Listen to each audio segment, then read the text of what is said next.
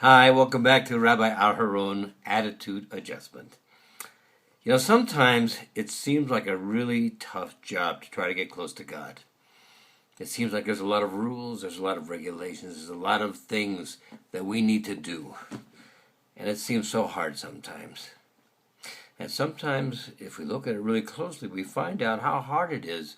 It's really an illusion. It's just a way to move us from point A to point B, to move us forward from where we are to a new place.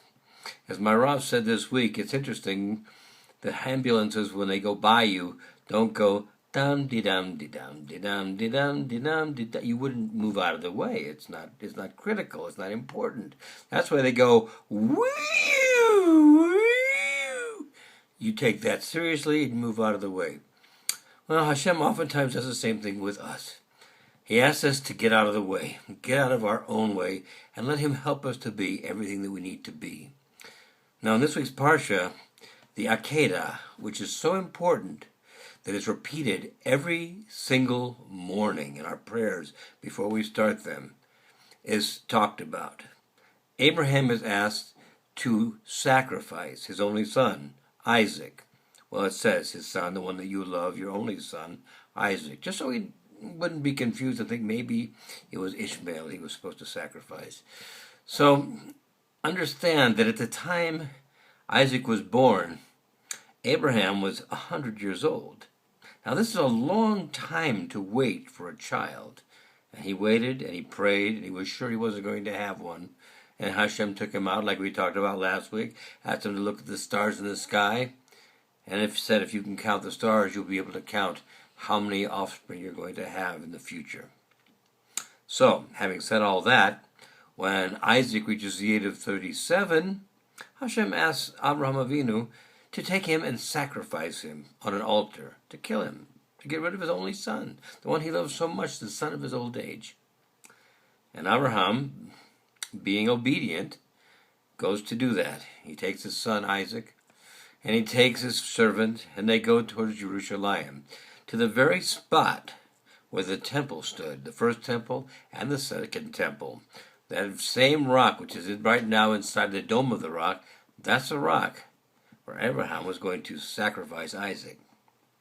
And he raised his hand, and at the end an angel called out to him and said to him, "Don't do it."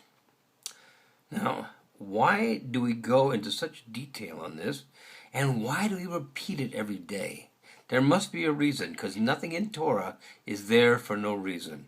What's the reason for this? Well, let's take a look at it. He was asked to do something that was totally against his nature, to move in a total different direction, to have total emunah. We talked about emunah, having faith, an unwavering faith that everything comes from Hashem. It all has purpose, and that purpose is always for our ultimate best. So how could he figure that he was going to do this for his ultimate best?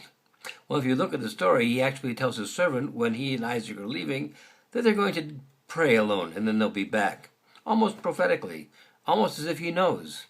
Because in his own emunah, he knew what Hashem had in mind for him. He was told he would be a great nation, and it would come from Isaac.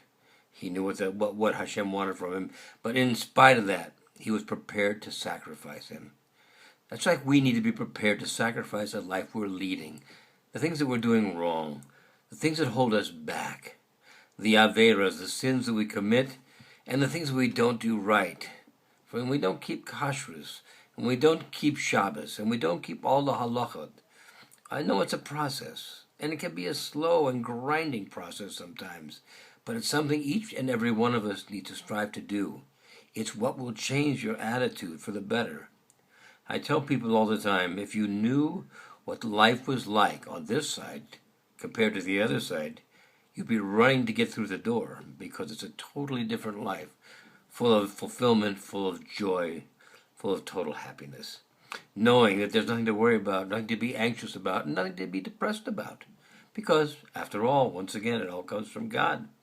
It all has purpose, and that purpose is always for our best. Now, if you have something you'd like me to talk about specifically, or a question you have, please don't hesitate to contact me. This is at the bottom of my Facebook page, or it is on YouTube. But you can send an email to New Life, NEWLIFE, 181818 at AOL.com, and I'll be more than happy to give your information, your questions, time, and I'll be more than happy to talk about subjects that might be of an interest to you, so please let me know.